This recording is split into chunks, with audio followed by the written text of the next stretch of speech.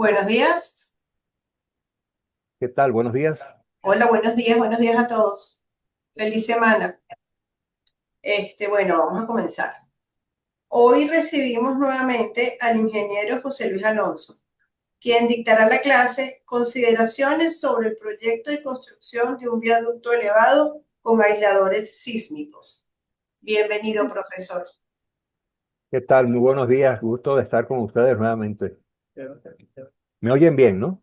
Perfecto. Perfecto. Bueno, cuando tú digas, vamos a compartir. A ver, wait a moment. ¿Qué estás haciendo?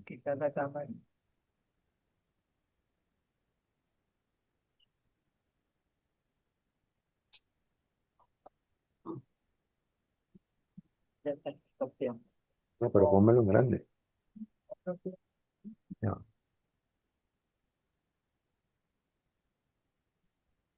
¿Y esto qué pasa? Mm,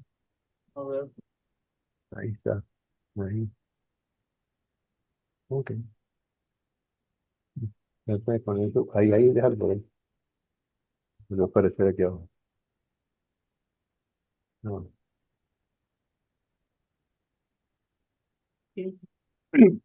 Bueno, muy buenos días. Vamos a dar entonces inicio a la charla que le hemos bautizado con el nombre Consideraciones sobre el proyecto y construcción de un viaducto elevado con aisladores sísmicos. Como siempre, yo siempre le doy crédito a mi esposa, el ingeniero Mercedes Bermúdez, que me ayuda en la elaboración, sobre todo darle belleza a este tipo de presentaciones. Bueno, esto es un tema muy interesante que se sale un poco de, de lo que todo el mundo habla. Yo usualmente en la universidad veo una cantidad de tesis de los cuales a veces me ponen como, ¿cómo que se llama esto, hombre? Como jurado. Casi todas las tesis tienen que ver con normas y las normas y normas para arriba y normas para abajo. A mí particularmente me parece que con este tema nos salimos de ese tema tan trillado como son las normas. No es porque que no sean importantes, sino que me parece que la ingeniería sísmica es algo más que las normas, ¿no? Ok, entonces voy a seguir. Por supuesto, yo esta charla cuando la termine, esta tarde o mañana, más tardar, se las haré llegar en PDF para que ustedes la puedan leer con más calma. Yo siempre empiezo las charlas y pongo una bibliografía sugerida. Este no es un tema que esté muy, es decir, es un tema un poco más selecto, vamos a decir. De todas maneras, yo he puesto aquí una bibliografía que me parece que es muy buena. Aquí tenemos aislamiento sísmico, un libro para arquitectos que me parece magnífico. Luego tenemos un libro ya para los gurús de ingeniería, que es aislamiento sísmico, salud estructural y qué sé yo, bla, bla, bla. Y otro que es el diseño de estructuras sísmicamente aisladas. Este es un clásico, básicamente el libro de aquí de la derecha de abajo es uno de los pioneros sobre este tema. Y aquí a la izquierda aparecen los títulos de de otros libros que ustedes muy probablemente los puedan bajar directamente de internet. Hay unas páginas en PDF que en ocasiones le permiten a uno bajar esta información. O sea, el contenido de la charla es el siguiente. Primero, hablaremos cuál es la definición del problema, qué son aisladores sísmicos, generalidades. Obviamente, esta es una charla que básicamente se va a enfocar en un caso muy específico que es el viaducto elevado que une las ciudades de Guarenas con Guatire, que están muy cercanas, son ciudades vecinas a la ciudad de Caracas. Después vamos a ver pues aplicaciones en viaductos en general. Luego, como les decía hace un instante, el viaducto elevado Guarenas-Guatire, cuáles fueron los problemas que se presentaron. Es decir, fíjense que yo pongo aquí alternativas estructurales analizadas, eso lo veremos después. Y al final terminaremos hablando sobre aspectos constructivos. Definición del problema. Ustedes saben que nuestro planeta Tierra no siempre presenta un aspecto agradable, sino que en ocasiones, y sin que podamos hacer nada para evitarlo, muy frecuentemente se ve sacudido por fenómenos naturales de relativa corta duración, pero muy destructivos, que son capaces de destruir cualquier tipo de obra civil que se le atraviese por delante. Los puentes forman parte del platillo favorito de los puentes, como diría Jacques Cousteau, ¿no? Los puentes, usualmente, los daños en los puentes se pueden asociar a varios factores. Usualmente tienen que ver con los apoyos. Son apoyos que son frágiles, son apoyos cuya superficie de apoyo es insuficiente, etcétera. Hay problemas en columnas y en vigas. A veces la longitud, sobre todo en las estructuras de concreto armado del solape, es insuficiente. El refuerzo transversal también es insuficiente, lo cual hace que la ductilidad sea limitada y hay baja capacidad de corte. Y eventualmente, esto también es una gran causa de los daños en puentes, están relacionados con daños en fundaciones, que presentan problemas de licuación del terreno. Entonces aquí tenemos unos, solamente para irlos ilustrando, irlos metiendo en el tema, algunos daños que se han observado en puentes durante terremotos, digamos, relativamente recientes. El de arriba es el colapso de los tableros de un puente en Chile en un terremoto muy grande que hubo en el 2008. Aquí abajo aparecen puentes que han colapsado porque se ha producido liquefacción del terreno. En el caso de la derecha, en el caso de Taiwán, por ejemplo, una inestabilidad de un talud que produce una falla de borde, etcétera. Tenemos el terremoto en Japón, el del 2011, el puente de la izquierda, y daños en uno de los tramos del Bay Bridge. Eso es en el puente que une la ciudad de San Francisco con Oakland. Esto fue en 1989, asociado al terremoto de Loma Prieta. Y en muchas ocasiones se ha observado que cuando los tableros son esviados, pues son mucho más vulnerables. Por ejemplo, este puente en Northridge, uno de los viaductos, de los tantos viaductos que colapsó durante ese terremoto. Aquí saqué un ejemplo que es un ejemplo interesante. Esto es en Costa Rica.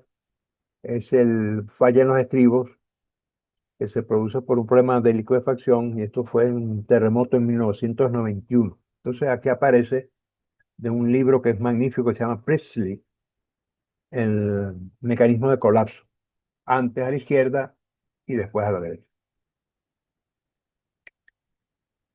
Bueno, déjame ver si esto funciona, que no le da la gana, no sé qué le pasa al.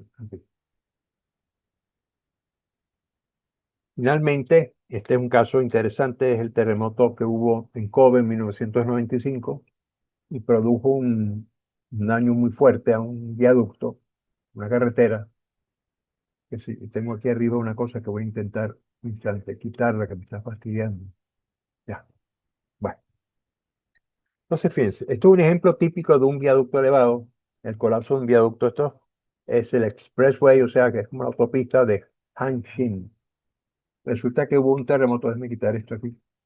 Fíjate, aquí aparece el 16 de enero de 1995 se produjo un terremoto de una magnitud más o menos importante, 6.9. Estuvo ubicado pues en el estrecho de Akashi. El tipo de suelo es blando y la estructura estaba conformada por pilas, tableros y tableros de concreto armado. Bueno, durante este evento colapsaron 10 tramos del viaducto, como los están viendo ustedes aquí, aproximadamente unos 500 metros. Aquí tenemos, déjame ver si yo puedo, esto a veces, ok. Por supuesto, cada vez que se cae algo, los ingenieros estructurales tratan de darle una explicación del por qué falló el puente. En este caso es como un péndulo, ¿no? Resulta que esto empieza a moverse, empieza a moverse, empiezan a aparecer en la parte aquí de la pila, en la parte de abajo, grietas, aflexión. Esas grietas a medida que el sismo sigue su curso se van acentuando. Bueno, en definitiva da como resultado un colapso, ¿no? Entonces, causa del daño estructural, falta de continuidad en acero longitudinal, en este caso muy particular, mejor dicho, en algunos casos, solapa insuficiente, confinamiento y no apropiado, etc. Aquí aparece otro caso de otro viaducto cuyo colapso realmente fue espectacular. Esto ocurrió durante el terremoto de Loma Prieta el 17 de octubre de 1989. Este era un viaducto de dos pisos, ya bastante viejo, que fue construido entre los años 1954 y 1957. Era un viaducto de concreto armado y estaba conformado por 84 pórticos de dos niveles, que soportaban a su vez 83 tableros. Bueno, de esos 83 tableros colapsaron completamente 48. Y el tipo de suelo, blando.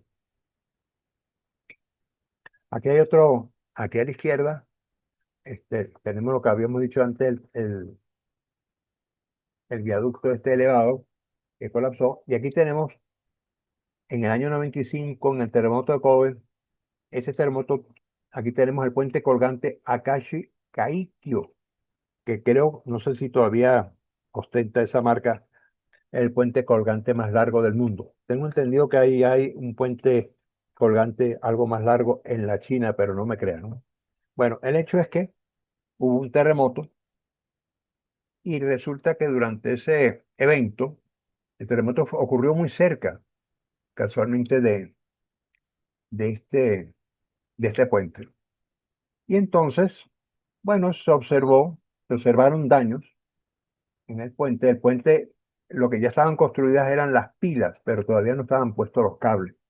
Bueno, y sí, se observó, usted sabe que cada vez que hay un evento, pues una de las labores que nos encargan a nosotros los ingenieros estructurales es tratar de averiguar el por qué y cuáles fueron las causas digamos, de las fallas. Déjame esto de aquí. Bueno, aquí aparentemente sí se observó que había habido un desplazamiento en la ubicación de algunas de las pilas, pero en definitiva, este puente fue recalculado y llegaron a la conclusión de que realmente el puente, los daños que había sufrido eran aceptables aún dentro de lo previsto. Ok, entonces, ¿qué es lo que sabemos hasta ahora? Lo que sabemos hasta ahora es que la Tierra pues no es un planeta estable, que no siempre, digamos, podemos estar tranquilos, sino que de vez en cuando ocurren fenómenos que ya sabemos que se llaman terremotos y que estos terremotos son capaces de destruir cualquier tipo de obra civil que se ponga o se atraviese a su paso. Y ejemplo típico de estos son los puentes. Ok, entonces la pregunta que uno se hace dice, bueno, ¿y cómo podemos, qué sé yo, minimizar un poco los daños en los puentes? Vale, entonces hay una alternativa bastante interesante que es mediante la incorporación de aisladores sísmicos. Y eso es lo que vamos a hablar ahora de una forma muy somera. Entonces, ¿cómo reducimos la demanda sísmica? Entonces, incorporando aisladores sísmicos de apoyo y disipación de energía en unos sitios que vamos a ver dónde. ¿Qué es lo que sucede usualmente cuando yo tengo un viaducto? Fíjense, cuando yo tengo un viaducto, usualmente en el caso que vamos a estudiar nosotros, es un viaducto que tiene 12 kilómetros de longitud. Ese viaducto, el terreno o los depósitos, las características de los depósitos sobre los cuales está fundado, no son iguales, si cambian notablemente de sitio a sitio. Entonces, se ha observado en general que la respuesta varía en función de qué, la respuesta del puente. Bueno, en función obviamente de la intensidad y duración del sismo. Por supuesto, también pueden variar hasta en un 500% aún en un mismo terremoto. ¿Qué quiere decir esto? De repente una pila que está en el kilómetro 3 va a tener una respuesta que puede variar 500% de una que está de repente en el kilómetro 8, lo cual es bastante significativo. En otras palabras, la vulnerabilidad de un puente o viaducto no es una constante aún para un mismo terremoto. Y por supuesto, en la vulnerabilidad, digamos, estructural de los puentes, intervienen otras variables que no son menos importantes, tales como defectos constructivos, deficiencia de diseño, subestimación de las cargas, inestabilidad geológica, etcétera, por citar algunas.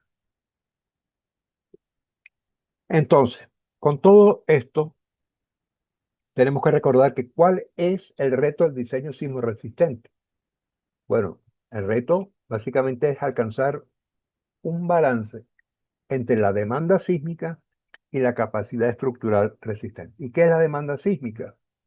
Bueno, la demanda sísmica es si yo conozco cuál es el input, cuál es el terremoto y el terremoto actúa sobre la estructura, este terremoto va a causar que el puente o el viaducto se desplace, se deforme y se va a introducir, va a empezar a vibrar y durante este movimiento pues se van a introducir fuerzas de corte, momentos flectores, torsión, fuerzas axiales en sus elementos.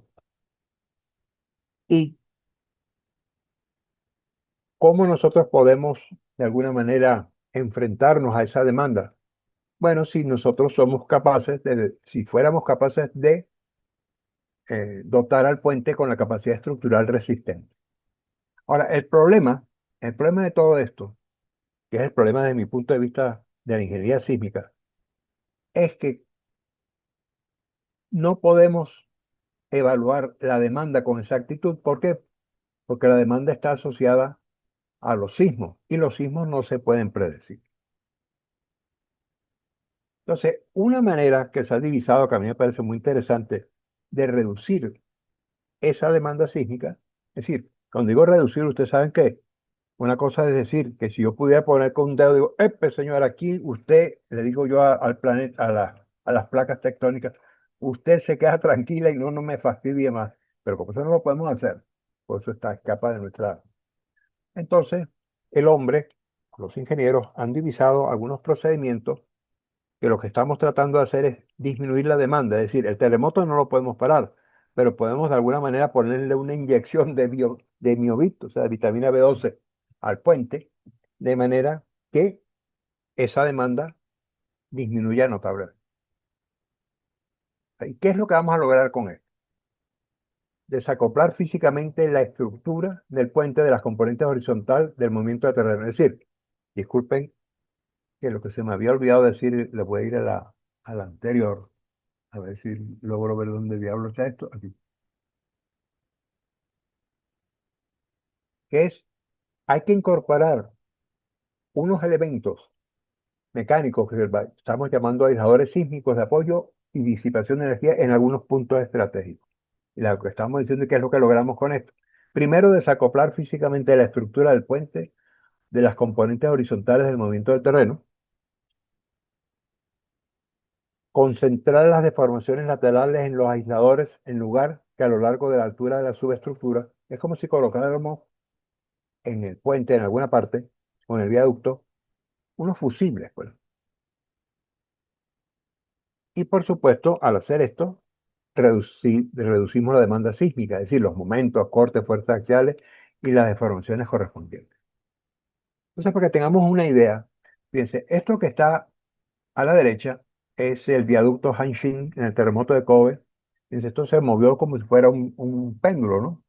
Entonces tenemos una pila, esto que está a la izquierda es un grafiquito que me está ilustrando de una forma muy simple cuál es el movimiento, digamos, del sistema conformado por las pilas, las vigas capitel y lo que sería el tablero que está constituido por, por la vía de rodamiento y por las vigas que los conectan entre sí, ¿no?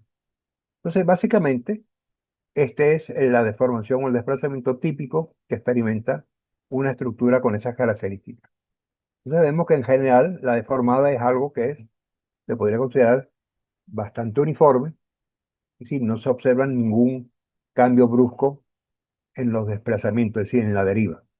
Ahora, ¿qué pasa si yo ahora incorporo aquí? Fíjense, aquí tenemos la viga capitel, aquí tengo la pila, entonces yo apoyo, en este caso, son unas vigas pretensadas de concreto, yo las apoyo sobre unos elementos que vamos a llamar aisladores, y esto empieza a moverse. Cuando esto empieza a moverse, piense usted que prácticamente toda la deriva, todo el desplazamiento lateral se concentra en estos fusibles. Quiere decir que esta va a ser la parte que a la hora de vamos a decir, de fallar en el puente o de va a haber daño, se va a concentrar en esa zona, mientras que el desplazamiento, el daño no se va a presentar en lo que sería la superestructura, es decir, en la pila y esto. La idea es concentrar el daño aquí. Entonces aquí hay una analogía que yo estoy poniendo para que ustedes, supónganse ustedes que esto es un puente, es un, perdón, un edificio que todas las columnas y todas las vigas son iguales y de concreto armado, y que yo, por alguna razón, yo estoy haciendo que este piso, que estamos poniendo un color marrón, sea un piso blando, es un piso flexible. Si voy a concentrar toda la, entonces voy a tocar un botoncito aquí nada más para que ustedes se den cuenta que si yo de alguna manera yo introduzco en este sitio unos elementos que para efectos de este ejemplo son unas columnas cuya módulo de elasticidad en este ejemplo muy particular, estos no son aisladores, es el módulo de elasticidad de esas columnas es solo el 10% del módulo de elasticidad del resto. Yo me doy cuenta que toda la deformación prácticamente la estoy concentrando en este punto, en esta zona, quiero decir. Sería más o menos el equivalente de lo que estamos diciendo aquí arriba. ¿Y cuáles son entonces las funciones de un aislador?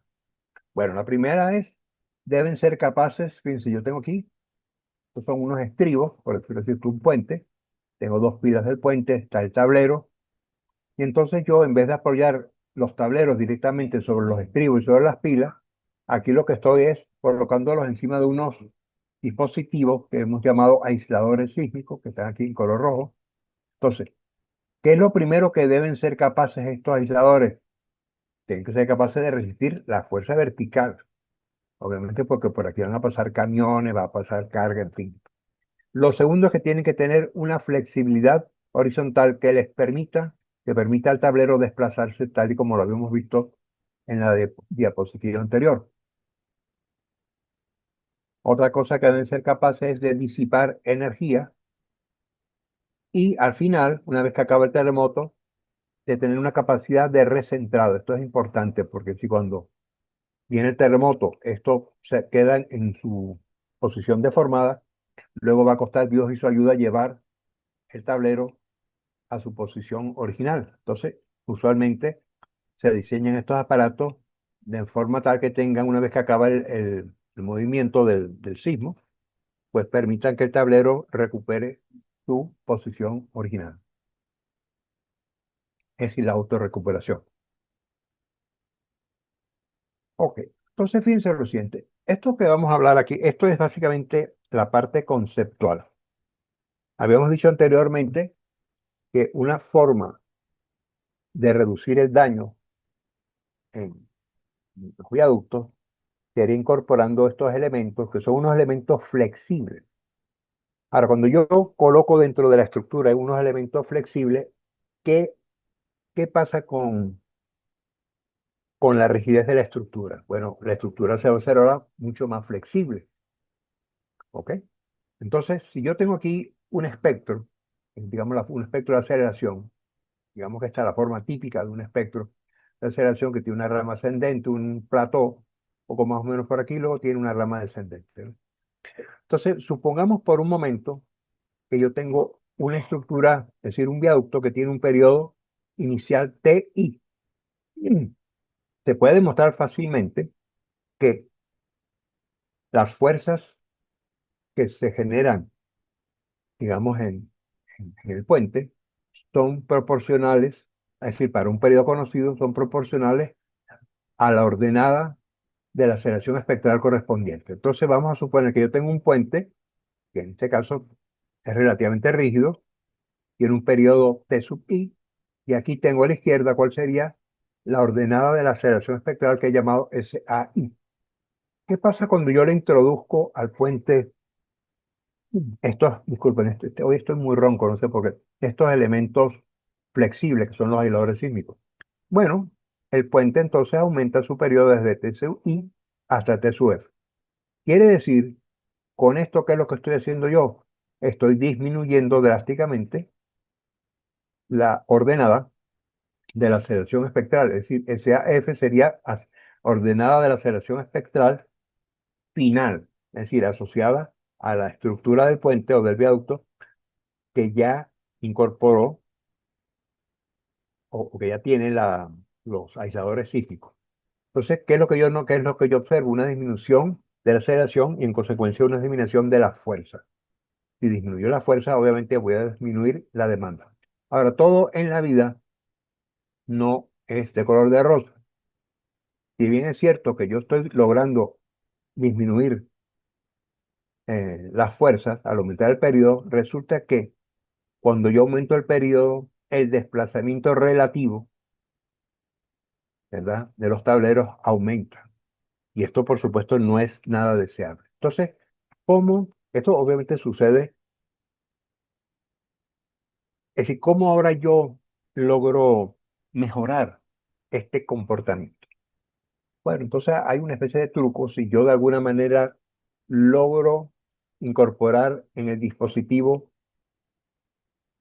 un elemento que sea capaz de disipar energía o lo que es lo mismo, aumentar la razón de amortiguamiento crítico del sistema, entonces me doy cuenta, fíjense usted aquí, para una razón de amortiguamiento crítico del 5% yo tengo un valor, vamos a decir, que sería esta ordenada de aquí hasta aquí abajo, que sería la ordenada de la aserción espectral.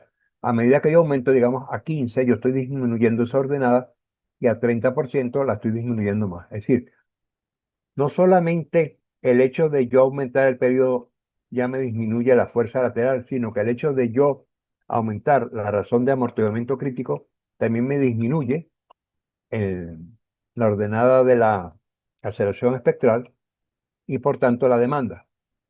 Y ahora observo que si esto es un espectro de desplazamiento, cuando yo aumento la razón de amortiguamiento crítico, lo que estoy es disminuyendo el desplazamiento. Con lo cual, si yo logro que mi aparato sea capaz de hacer esto, yo estoy resolviendo el problema en forma satisfactoria. Entonces le voy a poner, hay muchísimos tipos de aisladores sísmicos. Esto es como los automóviles, ¿no? Usted quiere ir de un sitio de la A a la B. Entonces usted puede ir en carro. Entonces hay muchos tipos de carro. Porque detrás de todo esto, no se olviden que todo en la vida aparentemente es un negocio. Si todo el mundo dice, bueno, esa es la filosofía, eso es lo que se quiere lograr, pero yo lo puedo lograr de distintas formas. Por ejemplo, yo puedo ir de Caracas a La Guaira. Para los que no conocen a Venezuela, hay una autopista que une la capital con el litoral central. Bueno, yo puedo ir en un Volkswagen, por decirlo de alguna manera, ¿verdad? Un carrito que cumple su objetivo, porque me va a permitir desplazarme de A hasta la B, por supuesto, no con mucho confort y qué sé yo, y quizás con un poco de ruido. Pero yo también podría ir de la A a la B, en vez de ir en un Volkswagen, yo podría ir en un Rolls Royce, porque yo soy, bueno, tipo multimillonario. Claro, yo voy a poder hacer mi cometido, lo voy a poder cumplir, es decir, puedo ir de A a la B con mucho más confort, pero ¿a qué costo? Entonces, lo que le estaba comentando, hay muchas casas, mucha gente, muchos tipos de automóviles, o sea, de aisladores sísmicos que uno puede elegir en el mercado, de los cuales tenemos, por ejemplo, los elastoméricos, que serían en general, son una mezcla es como un sándwich de elementos de goma, por decirlo así, un elastómero, entre los cuales se intercalan unas planchas de acero inolvidables, como digo yo. Ok, entonces estos serían dispositivos de goma. Estos usualmente se suelen utilizar para cuando la sismicidad es moderada. Pero cuando lo que yo quiero realmente es aumentar la razón de amortiguamiento crítico del sistema, existe otro sistema que es un híbrido, que es igual al anterior, pero en el cual se le ha introducido uno o varios núcleos de plomo, que son los encargados de disipar la energía, o lo que es lo mismo, aumentar la razón de amortiguamiento crítico. Existen otros tipos de aisladores. Un aislador deslizante de superficie cóncava, de simple o de doble curvatura. Esto se llama Friction Isolated Pendular. Entonces tenemos de curvatura simple y de curvatura doble. Existen unos que son combinados, que mezclan eh, unas especies de amortiguadores de automóvil, es algo similar. Y aquí tienen entonces unos disipadores que son de doble deslizamiento, de doble curvatura. A esto los pares. Entonces, ¿qué pasa? Cuando esto empieza cuando uno coloca estos aparatos, la idea de estos aparatos no es que estén moviéndose continuamente, sino que se disparen en el caso que haya una sismicidad fuerte. Entonces, este amortiguador que está aquí, lo que hace es que trabaja para cargas de servicio, es decir, para frenados, para impactos, etcétera, etcétera, el que se ocupa de, por decirlo así, de absorber el movimiento o de minimizar el movimiento es este amortiguador. Pero cuando por alguna razón el movimiento es muy fuerte, este amortiguador se rompe, es como si fuera un fusible, y entonces empieza a actuar propiamente lo que sería el aislador sísmico. Y por supuesto hay otros que son mucho más sofisticados, que son aisladores con disipadores de acero histerético. Bueno, fíjense una cosa que les quiero decir, para que ustedes observen. Todos estos, todos estos aisladores descansan sobre una especie de sándwich. Tengo una plancha de acero, usualmente una plancha de acero inoxidable, en la parte de abajo, y luego encima, que aquí no está indicado, pero que sí, tienen otra plancha. Esta plancha, digamos, de la parte inferior, tiene aquí unos anclajes. Esos anclajes son los que se van a conectar directamente a unos huecos que uno hace o uno deja en la viga capitel, de manera que pueda anclarse. Luego eso se rellena con un grouting. Eh, este caso que está aquí abajo es quizás el más costoso, es realmente una joya. Esto es de la casa FIP Industrial de Italia. Y entonces esto consiste en, tiene unos fusibles, así como que el fusible en este sistema es un amortiguador parecido al amortiguador de carro. En este caso, los fusibles son unas piezas que están por aquí, aquí no están indicadas, lo vamos a ver en otra diapositiva, que son las que se encargan de absorber el movimiento en los casos, en las condiciones de servicio, es decir, frenados, impactos, etcétera, etcétera. Y luego aparecen unas especies de unos pines, que son estos que parecen unos pines de bowling, que son unos elementos de acero histerético ausados, que cuando se rompen estos fusibles, empiezan ellos a actuar y son los que disipan la energía. Le voy a poner voy a tocar un botoncito aquí. Esto que está aquí arriba es este ejemplo que está aquí abajo. Tengo los fusibles, que son unos fusibles que, que tienen una aleación especial y que están diseñados para soportar el corte producido por el impacto y el frenado. Pero cuando por alguna razón aparece un sismo, entonces las fuerzas laterales que se inducen aquí son superiores a la capacidad resistente del diseño de esos fusibles, y en ese momento voy a tocar un botón, fíjense lo que sucede. Se rompen los fusibles, entonces estos elementos que están aquí arriba está la plancha que se conecta a las vigas, y aquí abajo la plancha que se conecta a la viga capital. Entonces, estos elementos, estos pines, son los que se encargan de disipar la energía, o lo que es lo mismo, de aumentar la razón de amortiguamiento crítico del sistema, y en consecuencia de reducir notoriamente la demanda sísmica.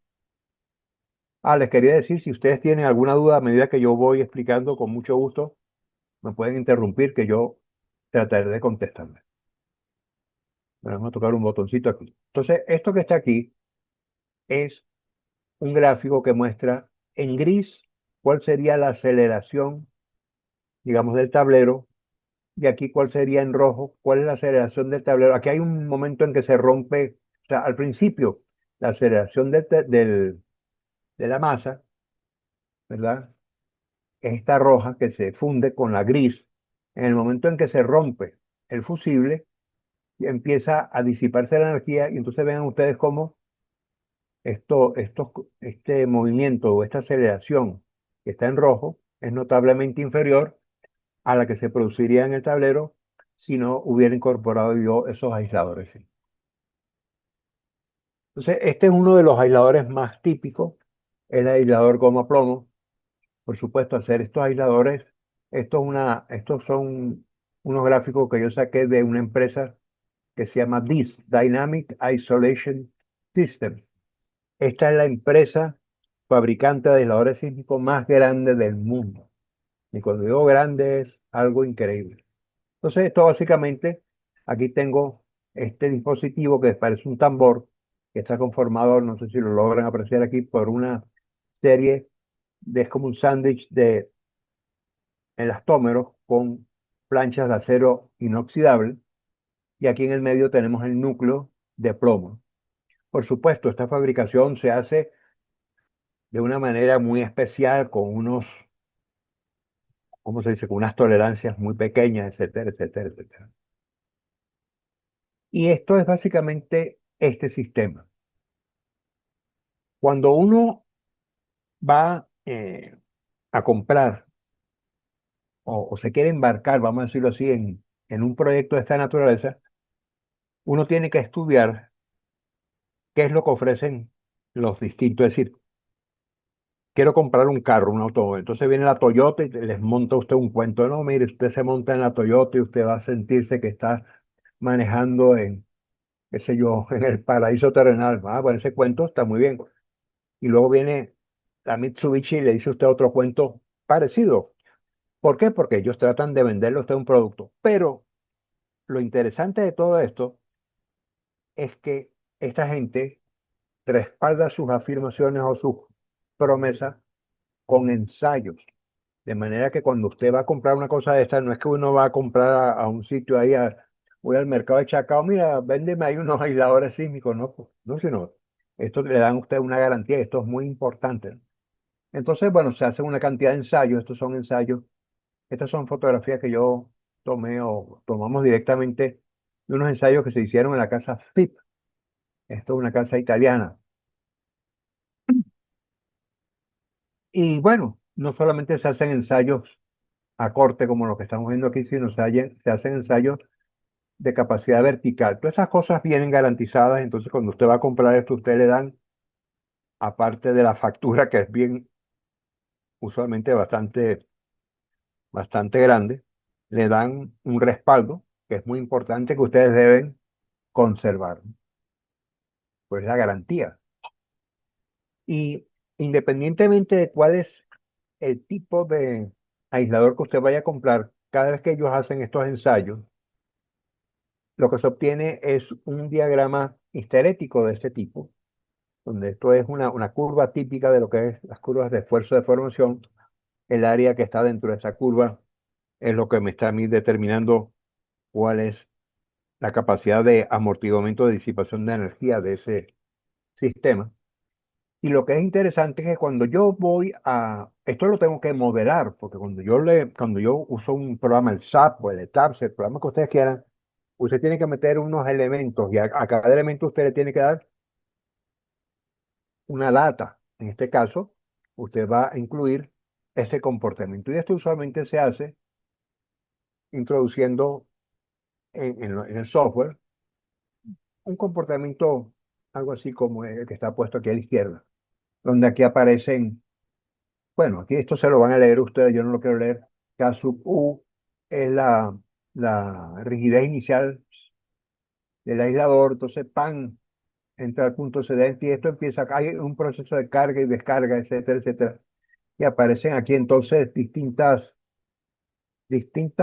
definiciones de un F máximo, este es el delta máximo, es decir, cuando yo empiezo a jugar con esto, llega un momento que esto se va a desplazar, tiene un máximo, es decir, esto no que va a llegar a 1 metro de desplazamiento, sino que cada equipo tiene, de acuerdo a sus características, unas constantes que cuando usted va a comprarlas, es decir, cuando usted va al mercado, supónganse ustedes que yo voy a la casa Dynamic Isolation Systems, y entonces yo digo, mire, yo quiero unos aisladores goma plomo que tienen esta característica, ¿no? Tienen un lado, L y L, en este caso son cuadrados, una altura, y entonces aparecen aquí una cantidad de propiedades del equipo, ¿no? Yo sigo y entonces aquí aparecen que si cuál es el D máximo que puede, y si por ejemplo si yo tengo un aislador de 650 milímetros, entonces aquí están las características, ¿no? Aquí aparecen, ¿se acuerdan que yo les puse anteriormente Aquí aparecen estos valores de Q, D, F, Y, papá. Todas estas cosas que se obtienen analíticamente aparecen reflejadas en estas tablas. Entonces le digo, no, mire, yo quiero un queso guayanés, pero eso sí, de la hacienda tal. Bueno, entonces empiezo a buscar por aquí. Ahora, lo que es curioso es que no todas las casas, es decir, todas las casas presentan unas tablas, que estas son las cosas que ellos garantizan. Entonces usted llega al sitio, esto no es tan fácil. Es decir, uno para meterse en esto, uno tiene que estudiar, tiene que conversar mucho con la gente que le está vendiendo el producto, tratar de entender lo que le están vendiendo, porque si nos equivocamos, estas cosas, bueno, pueden ser desastrosas. Entonces, esta otra gente, fíjense que esta casa, que es una casa Maurer, eh, venden productos que tienen una base circular o tienen una base rectangular, y así tienen también su cuadrito y por supuesto sus precios, ¿no? Y la pregunta que uno se hace a estas alturas, bueno, ya supuestamente creemos, o por lo menos eso nos han dicho los vendedores, que si yo pongo un aislador sísmico, yo voy a reducir la demanda, con lo cual voy a tratar de lograr que a la hora de un sismo mi viaducto no se caiga. Pero ¿qué tipo de estructuras en general son candidatas para utilizar los aisladores? Bueno, son de muchos tipos: hospitales, torres de comunicación, puentes y viaductos, edificios, museos, edificaciones históricas. Aquí aparecen algunos ejemplos típicos donde, no sé si se dan cuenta aquí en esta foto, aquí hay aisladores, esto está en plena construcción, esto es un puente, etcétera. Y esto es la torre de control de Los Ángeles, esto es en el aeropuerto de Los Ángeles. Fíjense que estos aisladores sísmicos se utilizan en edificios y son usualmente los que más, el tipo goma ploma es el que más se utiliza. Entonces aquí tenemos en este grafiquito poco más o menos los sitios de ubicación donde usualmente se suelen colocar. Entonces aquí tenemos en esta parte debajo de la superestructura, encima de unos pedestales, y en el caso que yo tenga un edificio que estoy fundando sobre una superficie inclinada, bueno, tengo que hacer algo similar a lo que aquí aparece, pues. Pero nosotros no nos vamos a ocupar en este caso de las estructuras de edificios. Este tipo de, de solución o de reducción de la demanda puede aplicarse en lo que sería el reforzamiento de estructuras existentes. De hecho, en el capítulo 12 de la norma Covening aparece, ellos dicen que uno puede utilizar como herramienta de ¿cómo que se llama esto, hombre? De adecuación estructural, la incorporación de elementos aisladores sísmicos en sitios estratégicos. Entonces aquí aparece, solamente para darle a usted una idea, esto es un edificio aparentemente en Italia, Solarino creo que se llama, un edificio que ya estaba construido y por alguna razón que desconozco, pensaron quizás que el edificio estaba subdiseñado, vaya usted a saber, ¿no? Total que entonces en vez de demolerlo, se optó por incorporar aquí en la base, ¿no? En esta parte de aquí abajo, entre lo que sería la losa de fundación y eventualmente los cabezales de los pilotes. Bueno, imagínense, esto hay que sujetarlo con unos gatos y entonces cortar las cabillas. Bueno, esto es un proceso, un patuque. Realmente lo ideal de hacer esto en un edificio, como en un puente, etcétera, es hacerlo, prever esto desde el inicio, desde el proyecto original. Dice, aquí tenemos, esto es un caso encima de pedestales, ¿no? Aquí tenemos un edificio que se está haciendo, esto es un hospital. Entonces, observen ustedes, aquí yo tengo el dispositivo goma plomo. Aquí estos son los anclajes que ya están metidos en este pedestal y los que están arriba son los que se van a conectar seguramente a la losa superior, que es lo que estamos viendo aquí abajo. Y lo que les comentaba anteriormente, que cada vez que uno va a colocar este tipo de dispositivo y uno hace una selección del equipo, uno tiene que exigir un ensayo que les garantice, al menos en el laboratorio, que lo que le están metiendo ustedes no es gato por liebre. Aquí tenemos primer edificio con aisladores sísmicos en Portugal. Estos son unos edificios muy bonitos que ya se han construido, en los cuales en la parte de abajo se colocó este tipo, digamos, de dispositivos. Ok, entonces, ¿quiénes son los fabricantes?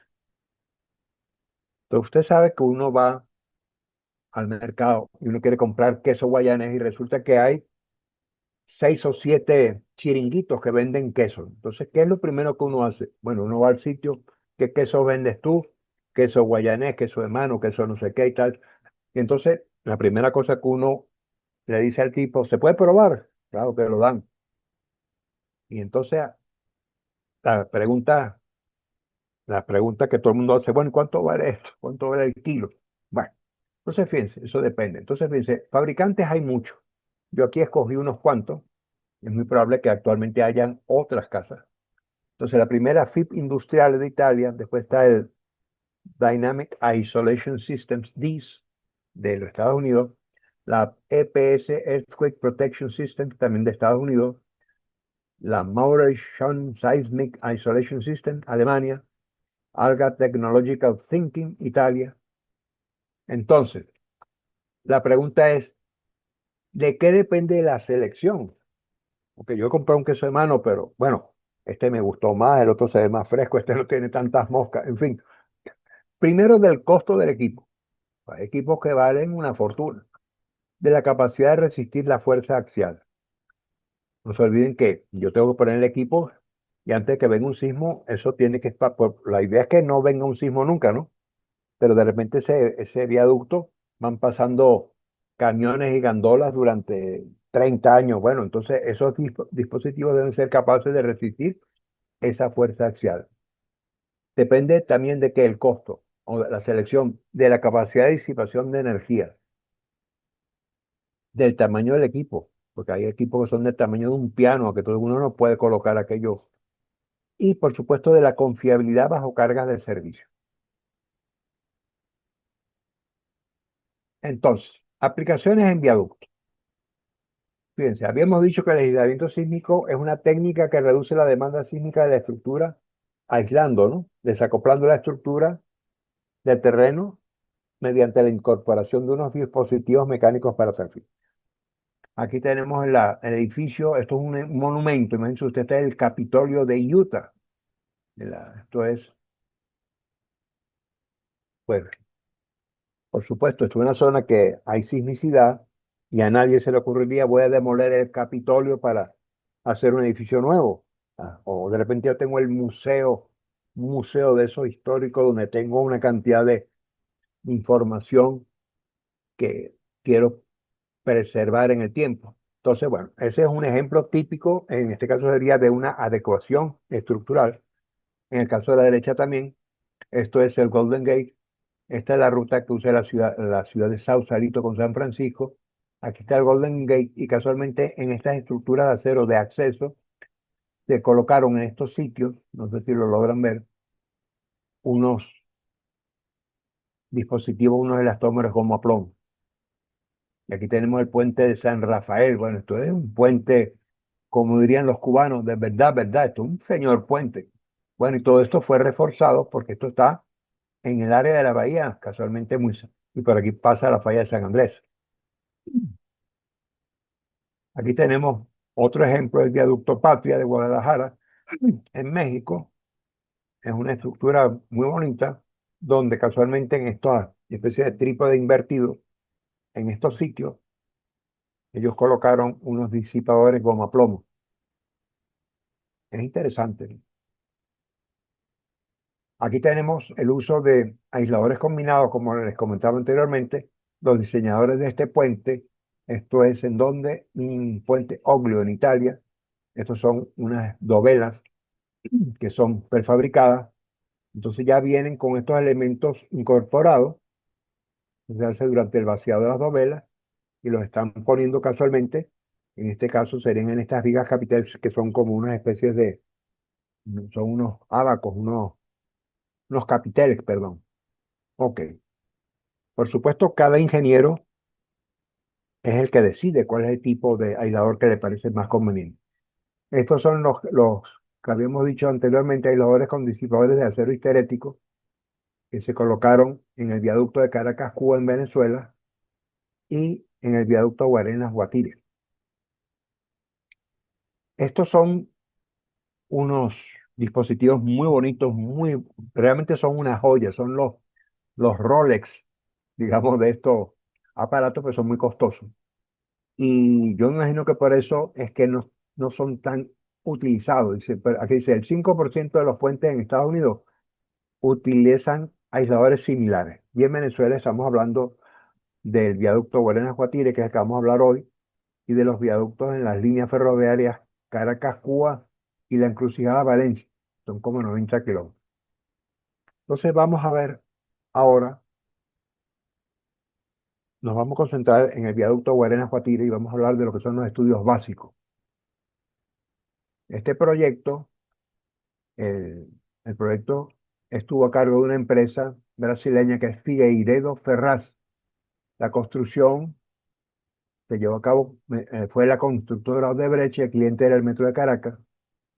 Los aisladores son de la casa FIP Industrial de Italia, y la parte de ingeniería sísmica, yo fui el encargado en este proyecto de llevarla a cabo. Por supuesto, para hacer esto fue un estudio que llevó varios meses de su ejecución, no fue nada fácil. El estudio se llama Espectro de coeficientes mínimos de corte basal para el diseño de los viaductos y estaciones elevadas, porque este viaducto tiene 4 estaciones elevadas. Entonces, básicamente, este viaducto forma parte del Plan Ferroviario Nacional 2006-2030. Entonces, aquí tenemos más o menos un planito ubicando cuáles son los sistemas de ferrocarril existentes actualmente. Y entonces aquí toco un botón y aparece entonces que la ciudad de Caracas se une con las ciudades de Guarena y Guatire, y es casualmente, y esto está puesto con unos colores que son representativos del metro, porque este proyecto se le encargó al, para que lo gerenciara y lo llevara a cabo el metro de Caracas.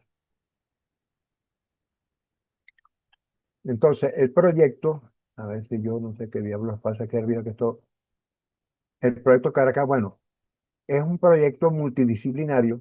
Realmente lo que está haciendo está uniendo la ciudad de Caracas, que está aquí a la izquierda, con las ciudades de Guarenas y Guatire, y entonces estoy uniendo esta zona que está en verde mediante un conjunto de túneles y algún que otro viaducto aislado, mientras que lo que sería la parte en amarilla une la parte de Guarenas y Guatire mediante un viaducto, son los 12 kilómetros. Entonces, este tipo de obras son obras multidisciplinarias donde aparecen o intervienen ramas de la ingeniería sismológica, ingeniería geofísica, ingeniería geológica, geomorfología, topografía, hidrología, ingeniería geotécnica, ingeniería vial, ingeniería estructural, arquitectura y urbanismo, y por supuesto las alcaldías y gobernaciones. Entonces, lo primero que uno tiene que saber cuando uno va a hacer un proyecto de esta naturaleza es ubicarlo en un mapa. Como hemos dicho, que Venezuela, la zona norte central de Venezuela es una zona que es sísmicamente activa. Bueno, entonces vamos a ver, esto que está aquí están los sistemas de fallas activos, geológicamente activos más importantes de la zona. Aquí tenemos el sistema de la falla de San Sebastián El Pilar, que es la que está aquí en la parte norte. Luego tenemos la falla de la Victoria. Yo la verdad es que yo no veo nada, a mí se me pierde ¿qué le pasa a esta porquería? El cursor. Bueno, las fallas bueno, y una cantidad de otras fallas, que son son fallas secundarias, como sería el falla de Tacagua, la vida. Entonces, si yo me fijo, me doy cuenta con esta flechita que está titeleando aquí, que el viaducto casualmente está ubicado ahí en una zona que está rodeada de fallas sísmicamente activas. Entonces, cuando uno hace un trabajo de esta naturaleza, usualmente,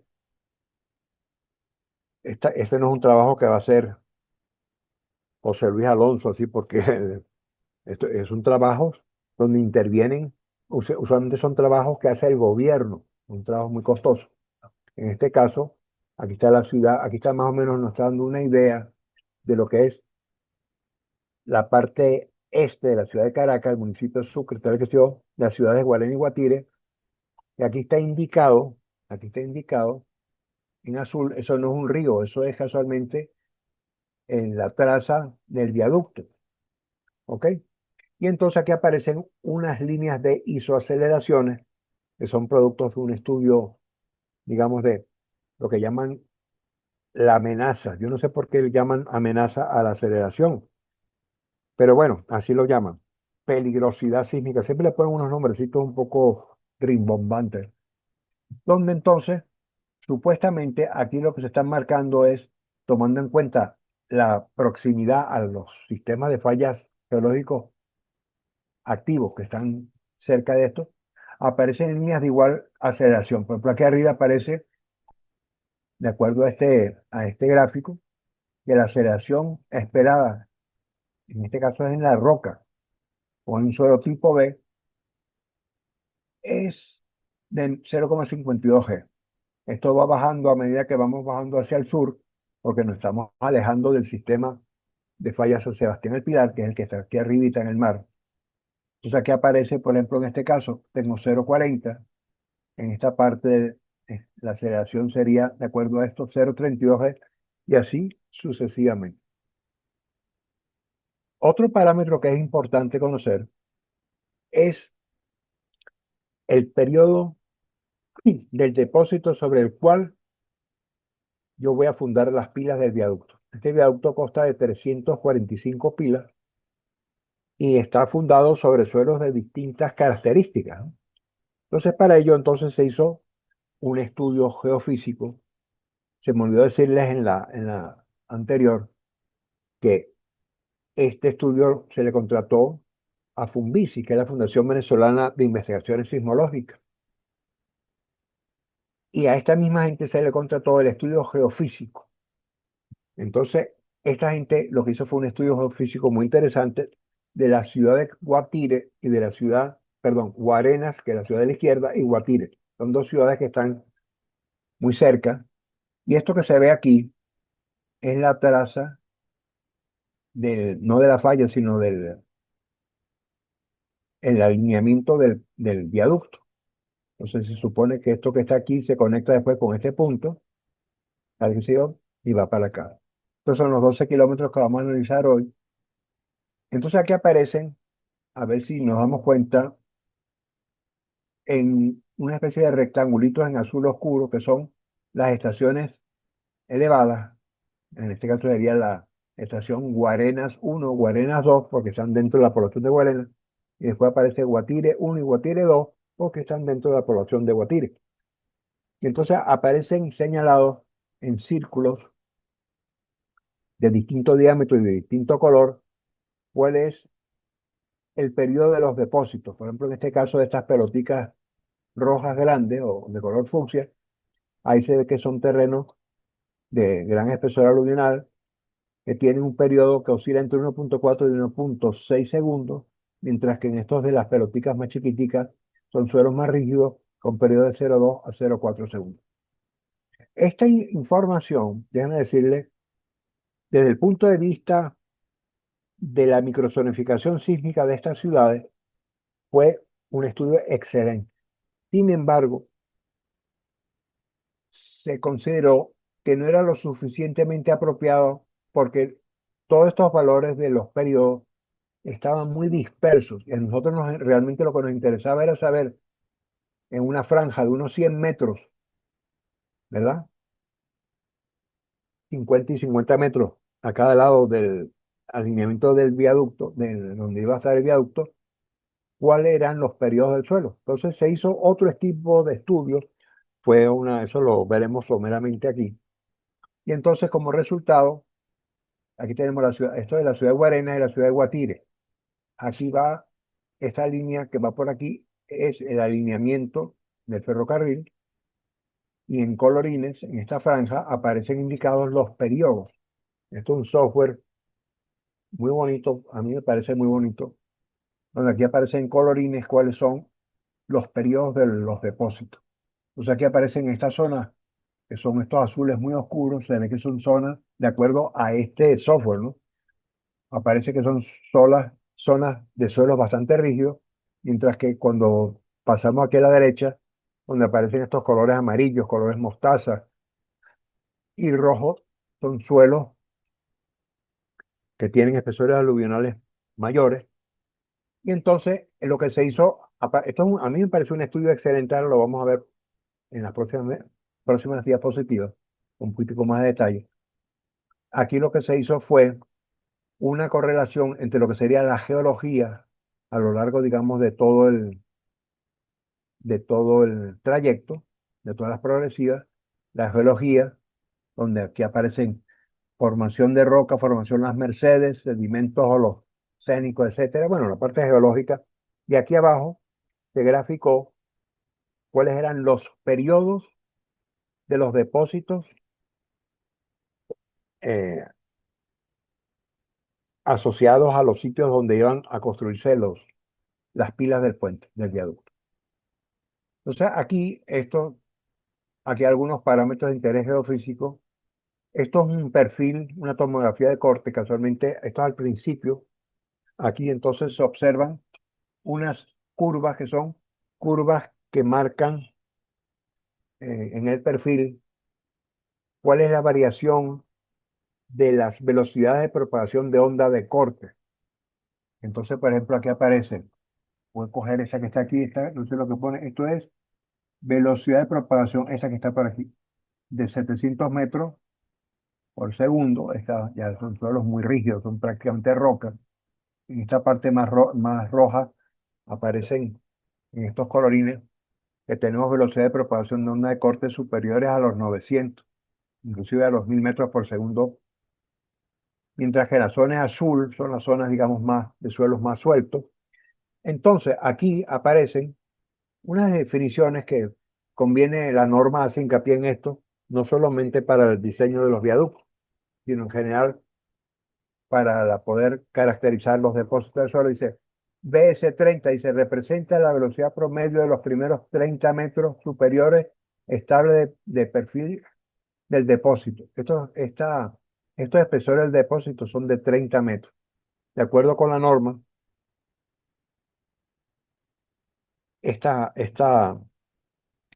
estos primeros 30 metros, si los podemos analizar en forma adecuada, pueden ser representativos de lo que sería la caracterización de los depósitos. Cosa de la cual yo no estoy de acuerdo porque yo, por ejemplo, en el caso de que yo haga esto en Caracas, yo me voy a dar cuenta que en los Palos Grandes hay depósitos aluvionales que tienen espesores, en algunos casos superiores a los 300 metros. Y a mí me cuesta mucho trabajo creer o aceptar que con una investigación tan somera yo pueda caracterizar todas las propiedades del depósito. Pero bueno, para el efecto de lo que estamos haciendo, en nuestro caso fue más que suficiente. Aquí tenemos la velocidad de 400, es otra velocidad que es importante, pues se representa la ubicación del estrato en el cual se alcanza una velocidad de onda de corte de 400 metros por segundo. Y desde el punto de vista práctico, la ubicación de este estrato a lo largo de la ruta del viaducto fija la cota óptima por debajo de la superficie del terreno recomendada para empotrar los pilotes de los cabezales de las pilas del viaducto. Si este viaducto se, se hubiera pensado hacer en Caracas y pasamos por esa zona de Palos Grandes, bueno, se podrán ustedes imaginar pues que esta información hubiera sido, pienso yo, algo deficiente. Y luego apareció una velocidad de propagación de onda de corte de 500 metros, que es donde se supone, o donde desde el punto de vista sísmico podría considerarse que está el lecho rocoso. Ahora, lo interesante de esto, déjenme decirles aquí, esto que aparece aquí son las pilas, ¿no? Esta es la pila 15, la 16, la 17, la no sé cuánto, la 22. Entonces, fíjense, esto es el resultado de la tomografía del corte, ¿no? Geofísica. Si yo voy a otro sitio donde ya me fui, por ejemplo, entre las pilas 228 y 234, o entre las 234 y 239, no hace falta que yo sea un experto en geofísica, ni en geotecnia, ni nada por el estilo, para darme cuenta de que definitivamente la respuesta de este suelo, de este depósito, entre las pilas 228 y 264 no va a ser igual a la respuesta que van a experimentar las pilas, digamos, desde la 234 a la 239.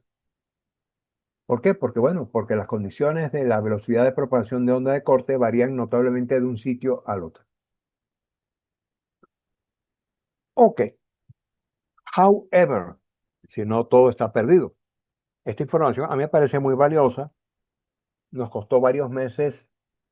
eh, Usted sabe que cuando uno hace estos proyectos, a veces hay una expresión que dicen que uno hace el proyecto, uno lo hace, lo va construyendo fast track. Eso suena así como algo que a medida que voy cogiendo los datos voy resolviendo las cosas en el camino. A pesar de que a mí me parece que esto es una forma de trabajar un poco atosigante, así fue como se hizo y los resultados fueron interesantes. Entonces se dividieron esos 12 kilómetros por tramos. Entonces, ¿qué pasa? Entonces, por ejemplo, y los tramos no se hicieron en forma secuencial por miles de razones que no vienen al caso, problemas de tráfico, desvío de la vialidad, bueno, una cantidad de cuestiones, ¿no? Problemas de, ¿cómo se llama esto? ¿Cómo se llama esto cuando uno va a desalojar un sitio? Expropiaciones. Ok, entonces lo que se hizo fue que se dividió la zona en 9 zonas. Y entonces, por ejemplo, la zona uno entre la pila 16 18 hasta la 41 y así sucesivamente. Entonces había que identificar las pilas en función de la longitud de los pilotes. Y entonces, basándonos en los estudios geofísicos, en eso que habíamos dicho que cuando la velocidad de propagación de onda de corte era de 400 metros, uno podría intentar eh, llegar los pilotes a esos estratos. Y aquí entonces aparece, qué sé yo, en el tramo 7 la longitud de los pilotes varían de 22 a 20 metros y así sucesivamente. Y aquí aparecen, bueno, aquí todos en la 8 en la 9 etcétera, etcétera. Esto es un proceso constructivo de los pilotes. Los pilotes que se hicieron son pilotes rotativos. En general tenían todos un gran diámetro, 1,30 m aproximadamente. Muchos de ellos se tuvieron que vaciar utilizando bentonitas, porque, claro, el nivel freático, y bueno, y para evitar derrumbe, etcétera, etcétera. Este trabajo estuvo bastante bien hecho. Ahora venía la otra parte. La otra parte, teníamos que clasificar. Había estudios geotécnicos, había sondeos, perforaciones, que aunados a los estudios geofísicos, permitió caracterizar los depósitos de fundación de las pilas. Entonces, la norma que existía en Venezuela en esa época era la norma Covenin 1756-2001, que sí tomaba, hacía una clasificación o caracterización de los depósitos del suelo desde el punto de vista de los espectros en función de la variación de la velocidad de propagación de onda de corte. Ya en esa época, estos estudios se hizo en el 2010. Existía lo que actualmente, que esto está vigente, lo que recomendaba el Uniform Building Code del año 2008 y la American Society of Civil Engineers en su publicación 7-16, donde ellos hacen también una clasificación de los suelos, en este caso los llaman A, B, C, D y E, en función ¿cómo se llama? De la velocidad de propagación de onda de corte. Y en el estudio, como yo ya tenía mucho más información, lo que hice fue aprovechar esto y la información geofísica disponible, y lo que hice fue que subdividí con un poco más de detalle los depósitos, siempre en función, por supuesto, de la velocidad de propagación de onda de corte. Una vez hecho eso, ya teníamos la caracterización de los depósitos, había que hacer la parte sísmica. Entonces, como les comentaba anteriormente, había que elegir cuáles podrían ser los sismos que eventualmente podrían afectar ese viaducto durante sí, durante su vida útil prevista, que fue de 70 años en este proyecto. Entonces, lo que se hizo fue que se hizo uso de los bancos de datos de sismicidad de la United States Geological Survey, y por ahí hicimos un programa un programa que nos permitió seleccionar acelerogramas, ¿verdad? Asociados a terremotos con magnitudes más o menos similares a las que podían ocurrir aquí en la zona y analizarlos de manera de que yo conocía el, el registro de aceleración, las componentes. Yo podía manipular un poco ese registro y escalarlo al sismo que yo pensaba que podía, o sea, yo cuando digo yo, que nosotros pensamos que podía afectar la zona.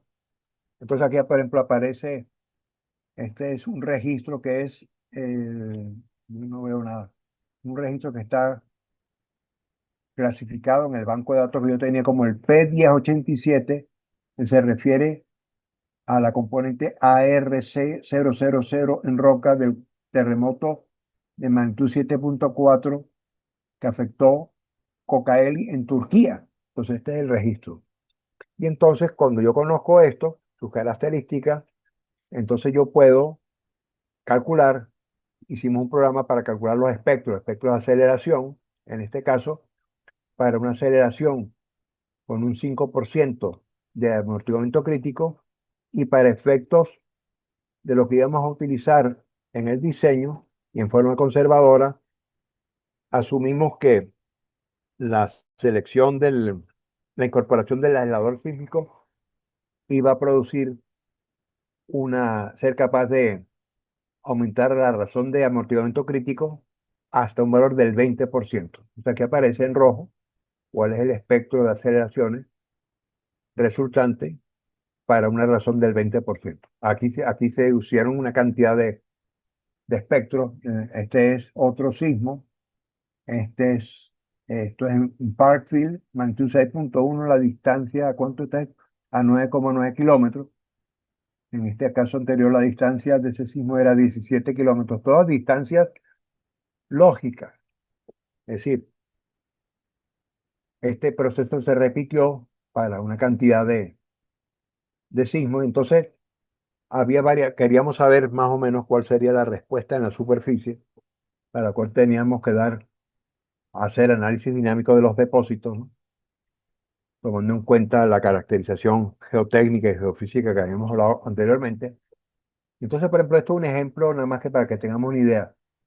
Esto que está aquí es toda esta familia de espectros asociados a distintos sismos, ¿no?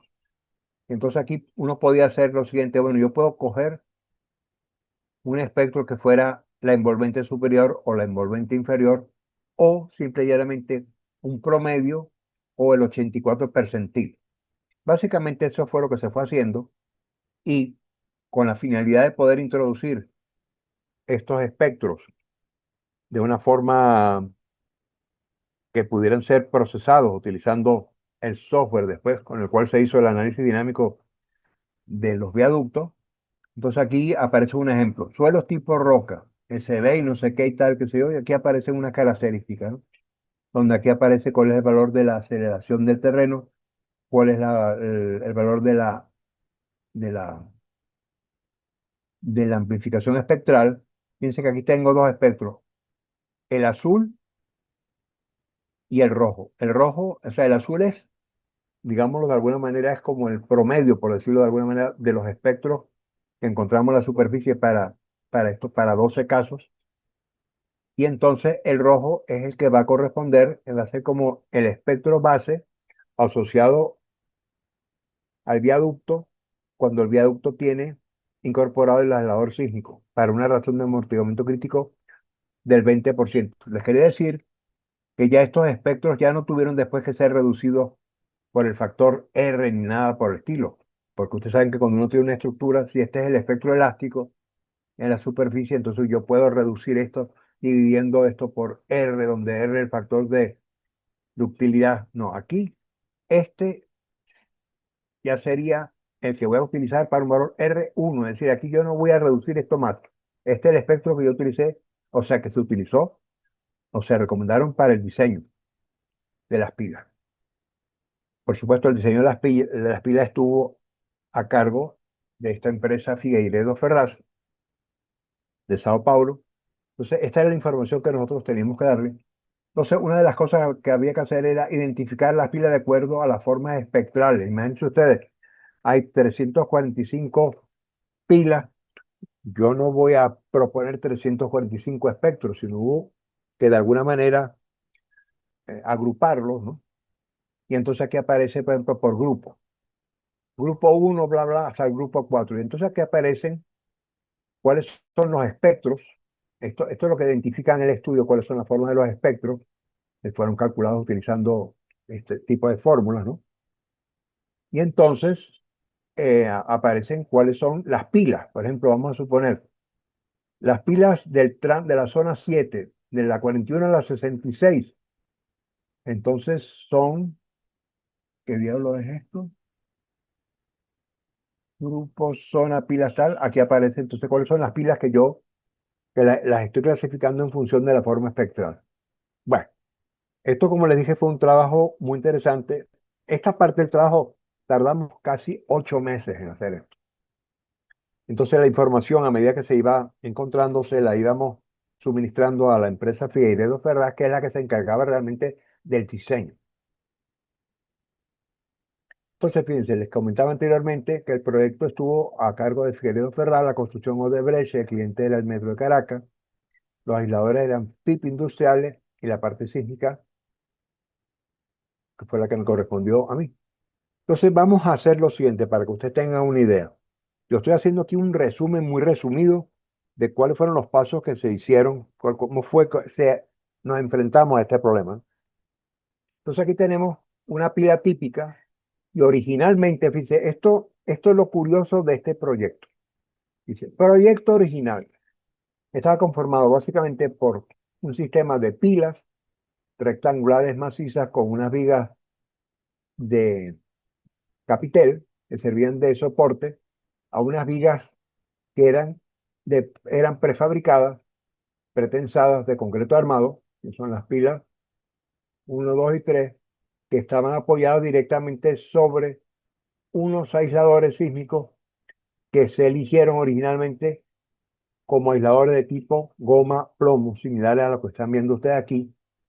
Las pilas eran rectangulares, macizas de concreto armado, la altura era variable, la luz promedio entre las pilas era de unos 40 metros.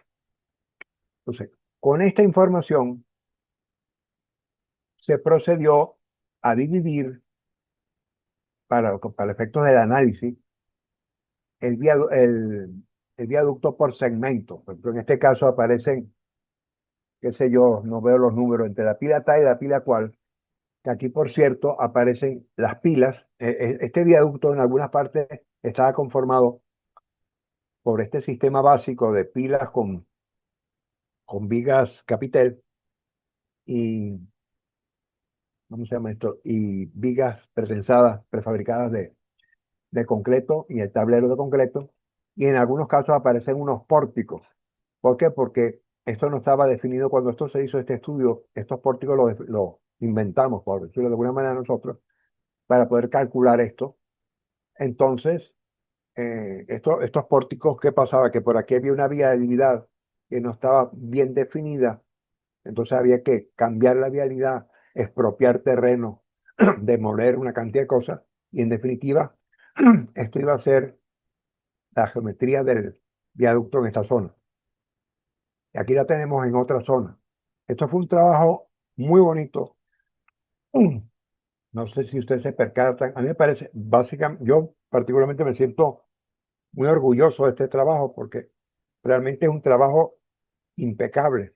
Se hizo, por supuesto, en este trabajo, todos estos resultados y todas estas decisiones que se fueron tomando en el camino eran consensuadas, ¿no? Y entonces fueron aprobadas por tanto la proyectista, que en ese caso era Figueiredo Ferraz, como la contratista, que era, se llama Odebrecht, y el metro, del cual yo era el. Ok, esto es para dar a ustedes una idea. Queríamos saber cuáles eran, para poder nosotros calcular los pilotes, es decir, cuál era la demanda. Teníamos que someter estos tramos del viaducto a los espectros que habíamos dicho anteriormente. Entonces, nada más que, fíjense aquí, esto es la solución original. Aquí están los pórticos, ¿no? Algunos de los pórticos. Aquí están las pilas, aquí están las vigas pretensadas. Yo voy a intentar, no creo que esto se vea muy bien aquí. En este caso, este periodo, aquí se está moviendo caramba, estoy así, fónico. Es un movimiento más o menos en la dirección del tablero. Y esto es en el segundo modo, el tablero más bien se mueve transversalmente. Y con todo esto fuimos calculando cuáles eran las solicitaciones en todos los elementos, en todas las vigas, en todas las columnas. Cuando digo vigas son las vigas de los pórticos. Y una vez que esta información ya estaba lista, se empezaba o se empezó el proceso de construcción. Aquí ven ustedes, que a la mayor lamento, no sé por qué tengo esta carraspera. Aquí aparecen algunas etapas constructivas. Esta pila de la izquierda es la primera, solamente en la primera zona, que era donde la roca la tenemos prácticamente, el lecho rocoso estaba a flor, pues. Ahí se hicieron fundaciones directas. En el resto eran todas fundaciones con pilotes, que en su mayoría de los casos están conformados por 13 pilotes. Y aquí ven ustedes algunas diapositivas donde muestran los aspectos constructivos. No sé si dan ustedes cuenta que esto tiene aquí las ligaduras, como le dicen en Venezuela, a los estribos de las columnas, están colocados a muy corta distancia. Realmente, yo creo que aquí hay, si estas columnas fallan, será por el peso, pero no será por falta de. Realmente me parece que la construcción fue impecable. Aquí tenemos, esto por supuesto se fue haciendo por tramos, ¿no? Es decir, las columnas, las pilas, estos son encofrados metálicos, se vaciaba por etapas, ¿no? Primero, etcétera, etcétera. Aquí tenemos el proceso de el armado de un cabezal. Aquí están, ya se procedió al descabezado de los pilotes, etcétera. Y aquí se está armando el cabezal como tal. Y esto es otro de las pilas donde aquí hay 13 pilotes. Estamos en el proceso del vaciado del cabezal.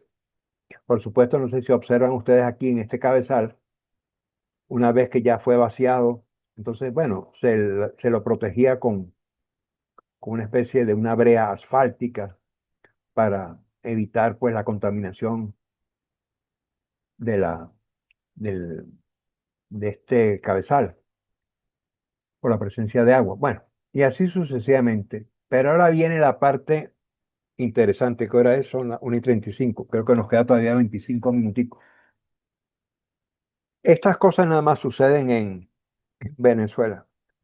Se habían construido ya más de 100 pilas, no estaban hasta arriba, es decir, y de la noche a la mañana, y sin pasar por go, como decían antes cuando uno jugaba Monopolio, a alguien en el metro se le ocurrió, con la anuencia de la compañía Odebrecht, cambiar los aisladores sísmicos, y no solo los aisladores sísmicos, sino cambiar las vigas de concreto pretensado, prefabricado, por unas vigas de acero. Bueno, se pueden ustedes que imaginar, o sea, ¿qué es lo que se propone en esta? Esto es a mitad de camino. Este es ahora la nueva solución. Está conformada por 4 vigas. Se las están viendo aquí que son unas vigas metálicas, longitudinales de acero, que se apoyan sobre unos dispositivos aisladores sísmicos que ahora, en lugar de ser los goma plomo, eran estos que están aquí, que eran disipadores deslizantes es decir, aisladores deslizantes con disipadores metálicos usados. Entonces, en esta diapositiva se marca con dos doble asteriscos, perdón, la solución final adoptada. A mí esto obviamente me pareció una decisión, bueno, no me gustó para nada, sobre todo porque ya se habían empezado a construir toda esta cuestión. Entonces yo dije, bueno, mire, señores, a mí particularmente esta solución en acero me parece mejor que en concreto. pero eso ha debido decidirse al principio. Yo dije, bueno, mira, la única forma con la cual esto se puede hacer es si se demuestra que esta solución, piense usted, todo el diseño de las pilas y de los pilotes, etcétera, etcétera, se había basado en la alternativa de vigas de concreto armado. Si una vez que nosotros volvamos a hacer un estudio, una revisión del proyecto, los resultados son aceptablemente similares, se le puede dar curso. Bueno, y eso fue lo que se hizo. Entonces lo que se hizo ahora, fíjense, este es el nuevo modelo. El modelo estructural, ahora tenemos 4 vigas de acero de alma llena, donde entonces tengo en la zona de los apoyos, tengo, estoy colocando aquí una especie de unas planchas, ¿no? En el modelo de acero, mientras que aquí en el medio eran unos tramos internos, hay como unas cruces de San Andrés, estos para darle rigidez transversal a los tableros. Entonces se hizo de nuevo el análisis, se buscó la zona más crítica de todas las que habíamos analizado y esto que está aquí es para que tengan ustedes una idea cuál iba a ser ahora la distribución. Se analizaron 2 casos. Para cargas de servicio, esto que aparece aquí ustedes después lo pueden ver con calma en su casa, lo leen. Dice, esto que está que dice, dispositivo multidireccional, movimientos permitidos sin disipación de energía. Es decir, esta primera fase es, ustedes colocaban esos equipos, pero los equipos no todos tenían disipadores de energía, sino algunos solamente permitían el movimiento en una o en 2 direcciones. Y entonces en el momento que entraran en las condiciones de servicio, la condición ahora era distinta.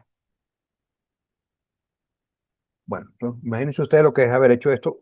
Se hicieron, entonces, para que esto fuera posible, se hizo, este es el estudio original, el de la izquierda, y al final se hizo un estudio que dice Viaductos Guarena Guatire, estudio comparativo, dispositivos sísmicos de apoyo.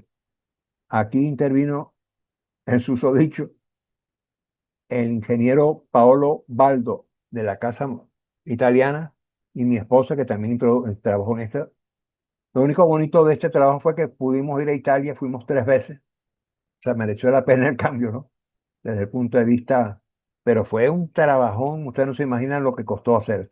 Pero bueno, el hecho es que se hizo, se llegó a la conclusión de que en ambos casos los periodos de los puentes eran más o menos similares y que las fuerzas y desplazamientos que se habían obtenido, ¿verdad? También podían considerarse como aceptables. Y en definitiva, esto fue lo que se construyó. Entonces, aspectos constructivos, eso solamente, fíjense que yo siempre les digo, cuando yo doy las clases, yo doy unos cursos de construcción en la universidad, que, que por cierto Esteban Tenreiro también da el mismo curso en otra sección. Siempre yo le digo que una buena práctica es que uno tome fotografías, porque esta es una forma de poder plasmar en el tiempo. Fíjense, estos son fotos tomadas en el 2007. ¿Y han pasado cuántos años? 10, 15. Para ver cuántos años han pasado. 3. Oye, mis matemáticas están muy malas, ¿eh? Bueno, unos cuantos años. Total, que aquí aparecen, esto es en el Morro, este es prácticamente el campamento que todavía no estaba, estaban en su fase inicial. Creo que esto que está aquí es la excavación de los pilotes. Ah, no, esto era una fundación, en este caso creo que era una fundación directa, si no me equivoco, estos primeros pilotos. Una cosa es que hubo un control de calidad exhaustivo muy bien hecho. Aquí todos los días aparecía esta señora que era un ingeniero, era una técnico de laboratorio, se hacían ensayos primero del control de calidad de la bentonita y por supuesto se tomaban cilindros con sus muestras que luego se ensayaban. Bueno, el hecho es que el proceso siguió y entonces esto forma parte de las fotos pues, de lo que era el proceso constructivo. A mí particularmente me encantó, esto fue un trabajo que me gustó mucho. Aquí ven, no sé si se dan cuenta ustedes que ahora tenemos 8 taquitos de concreto, que son estos que se ven a la derecha, que son donde se van a apoyar los nuevos dispositivos, los aisladores sísmicos, que a su vez, sobre los cuales apoya este tablero. Entonces, fíjate, esta foto es muy interesante. Dice, colocación de las primeras 4 vigas metálicas del tablero. Ya estaban hechas una cantidad de pilas, ¿no? Y entonces, bueno, uno va llevando esto. Estos son eh, parte del proceso de cómo se instalaban estos dispositivos, cómo se anclaban. Estos son unos huecos que están prehechos en estos tacos de concreto. Y bueno, uno va siguiendo, nosotros ya la fase nuestra, ya en cuanto a mí se refiere, ya la parte mía era supervisar el proceso constructivo con otro equipo, obviamente, de personas. Aquí entonces aparecen algunas fases ya del proceso constructivo.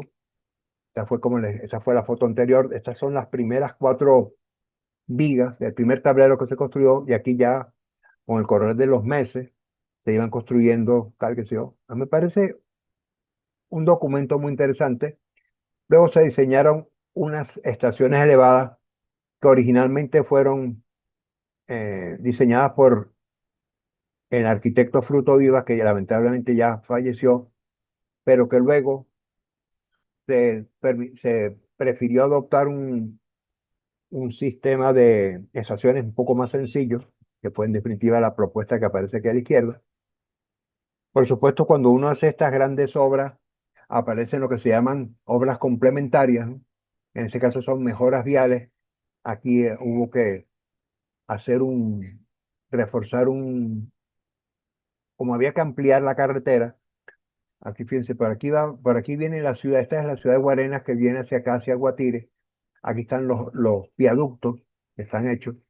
Entonces había que ampliar la carretera. Entonces hicimos unos cortes y una estabilización de los taludes con geosiembra, etcétera, etcétera. Ampliaciones viales, cosas por el estilo. Aquí aparece un rendering, porque cuando este viaducto supuestamente cuando este viaducto llegaba a la montaña, que era al inicio de la ciudad de Guarena, había que hacer entonces, ya la cosa no eran viaductos elevados, sino el proyecto se transformaba en unos túneles mecanizados. Y esta era la estación o sea, el portal del emboque, ¿no? De los Estadio la Corta 423, qué sé yo. Bueno, y estos son parte de los informes que nosotros hacíamos, consistía en seguirle la pista a lo que se estaba haciendo. Entonces aquí hubo que cortar los cerros, hacer unas pantallas atirantadas, etcétera, etcétera. Este es el nivel del patio, ya estamos terminando esto. Aquí hubo una cantidad de obras complementarias, como una de ellas era un canal de embaulamiento de una quebrada, porque aquí no sé si se dan cuenta a la izquierda de una cantidad de cerros. Cuando aquí llueve, llueve de verdad.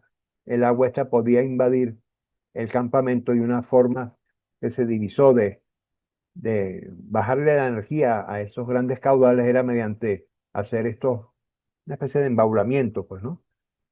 Y aquí, bueno, esto es como en todas las cosas nuestras en Latinoamérica, cuando alguien va a inaugurar algo, entonces uno, bueno, nos volvemos muy patriotas, pintamos, bueno, me pareció bonito, bastante simpático esto. Esto es, ok. Ahora, ya con esto estamos terminando y le voy a dar algunos puntos de vista. Entonces, ¿qué opinan algunos ingenieros sobre este tipo no sobre esta obra en particular, sino sobre el uso de aisladores sísmicos? Hay algunos ingenieros que dicen, mire hermano, usted coloca esos aisladores sísmicos y usted se va a su casa y se acuesta en un chinchorro y se echa una cervecita, que venga el sismo que le dé la gana, que aquí no va a pasar nada. Ese es un grupo de ingenieros.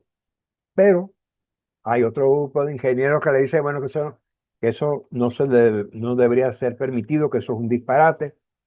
Y que, bueno, entonces fíjense ustedes, hay dos corrientes diametralmente opuestas. Entonces, ¿qué pensamos nosotros? O sea, que en este caso, ¿qué opinaría yo? Pues, ¿no? Dice, la técnica, desde mi punto de vista, es ingeniosa, innovadora y diferente y marca un antes y un después. El problema que yo le veo es que se dispone de poca información sobre su desempeño, bueno o malo, durante terremotos.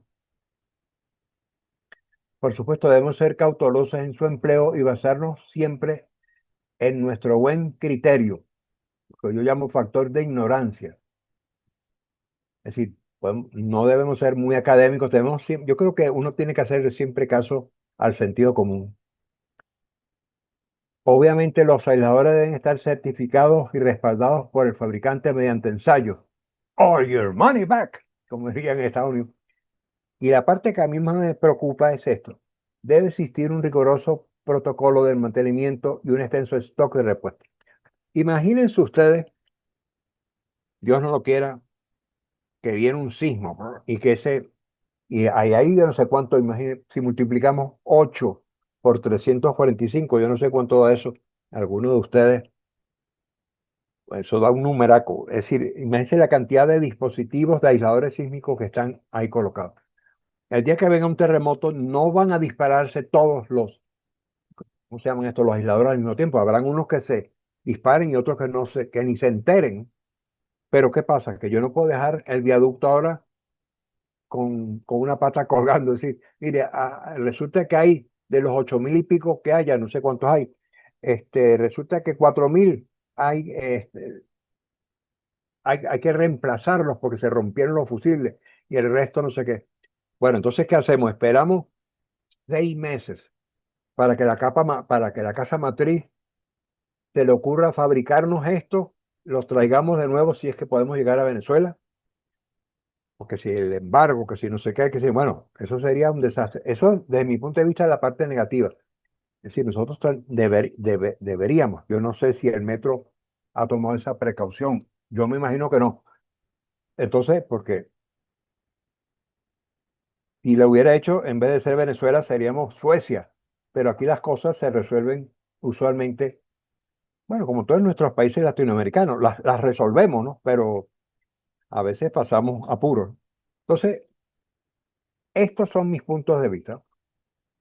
Para darles a ustedes una idea de que esto es un caso, uno de los únicos casos que ha sido documentado donde un viaducto con aisladores sísmicos sufrió el embate de un terremoto de magnitud 7.3, un terremoto bastante grande, muy parecido al que supuestamente puede afectar la zona que nosotros estudiamos. Entonces resulta, aquí tenemos el viaducto, son dos pistas, son así como dos viaductos paralelos, que tienen una longitud de 2,3 kilómetros, y las pilas tienen alturas que varían desde los 10 a los casi 50 metros, y resulta que, esto no lo podía predecir, bueno, ni la mamá de Tarzán en sus mejores tiempos. Pensé que apareció la traza de la falla. La traza de la falla en la superficie pasó exactamente debajo del viaducto y tuvo un offset, es decir, una diferencia, un desplazamiento relativo entre las dos partes de 1,50 m. Definitivamente eso causó mucho daño. ¿Y dónde se concentró el daño? El daño se concentró en los aisladores. Y de hecho aquí se observa que no hubo un centrado, sino que quedaron los tableros quedaron descolocados. Pero, y eso es lo que es importante, a pesar de todo esto, el viaducto permaneció en pie. Obviamente esto después tuvieron que reemplazar uno por uno toda esa cantidad esto fue un paquete, ¿no? Pero ese viaducto, que realmente es una joya de viaducto, pues ya está en funcionamiento. Con esto hemos llegado al fin. ¿Qué hora es? Espérese un momentico. Son 1:55. O sea, sí tenemos tiempo, ¿no? Sí, A claro. ver a ver cómo me salgo yo de aquí. Wait a second. Fin tu presentación. A ver, a ver cómo diablos yo no sé.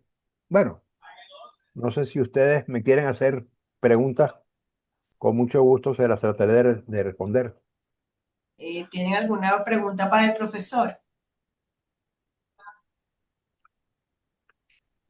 Esto no es una presentación académica, ¿no? Esto es una presentación donde se muestra la metodología, las decisiones que tuvieron que tomarse, como dice el refrán español, a trancas y barrancas. Es decir, en el camino tuvimos que tomar una cantidad de decisiones, pero en definitiva, por supuesto, lamentablemente, este viaducto no ha sido culminado por problemas de tipo administrativo, que yo no, obviamente yo no tuve nada que ver en esa parte, pero espero que algún día se termine, ¿no? Yo creo que lo interesante de ese tipo de trabajo es que uno debe tener una buena actitud, ¿no? Son trabajos, yo jamás en mi vida había hecho una cosa de esta naturaleza, pero sí tuve la suerte de estar rodeado de gente muy capaz. Eso es muy importante. Uno debe siempre formar un equipo de gente. Conocí a mucha gente y se me había olvidado saludar a Antonio Medina, que está por ahí en el grupo. Un fuerte abrazo. Yo creo que el hombre agarró y se fue a almorzar.